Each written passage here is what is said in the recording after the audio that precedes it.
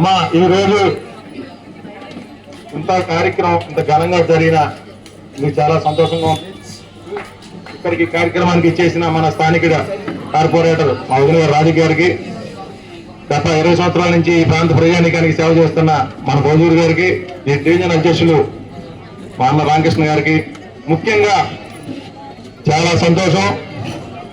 విజయవాడ తూర్పు నియోజకవర్గంలో బలమైన కుటుంబం, బలంగా ప్రజాసేవ చేస్తున్న కుటుంబం నుంచి వచ్చిన యువ నాయకుడు, రేపు అసెంబ్లీ నియోజకవర్గంలో మన నియోజకవర్గంలో వైఎస్ఆర్సీపీ అభ్యర్థిగా పోటీ చేస్తున్న దేవినేని అవినాష్ గారు మన డివిజన్కి సర్పంచ్ సమేతంగా చాలా సంతోషంగా ఉంది.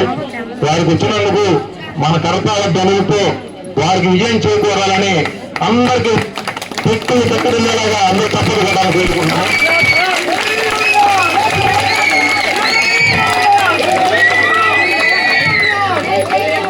ఇంకొక ఒకే మాట మాట్లాడతా. నేను గత 15 రోజులు 20 రోజుల నుంచి దేవినేని అవినాష్ గారిని దగ్గర నుంచి వస్తున్నాను. అతను మంచితనం ఏంటో నేను చూశాను.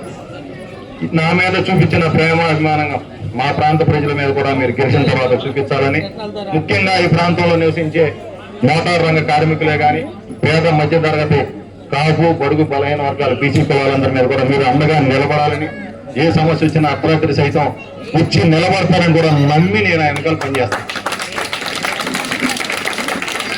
నేను ఏ పదవి కోరుకోవట్లా, ఏదన్నా ఇస్తే సంతోషంగా ఏ బాధ్యత ఇచ్చినా చేస్తా. ఒక కార్యకర్త వైసీపీ పార్టీలో పనిచేస్తున్నా.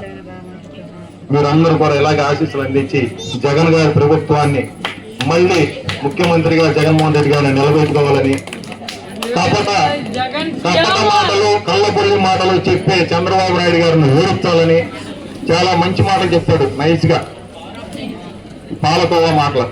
గెలిచే వరకు పవన్ కళ్యాణ్ గారిని ఆదరించమని, గౌరవిస్తాము, గుండెల్లో పెట్టుకుంటామని. ఎన్నికల తర్వాత ఆయన నిజస్వరూపం చూపిస్తారు మన పవన్ కళ్యాణ్ గారి మీద కూడా.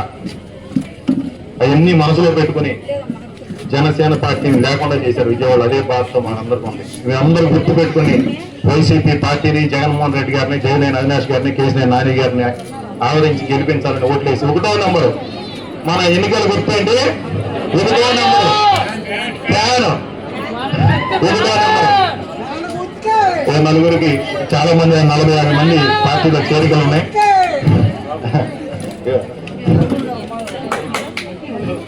ధన్యవాదాలు.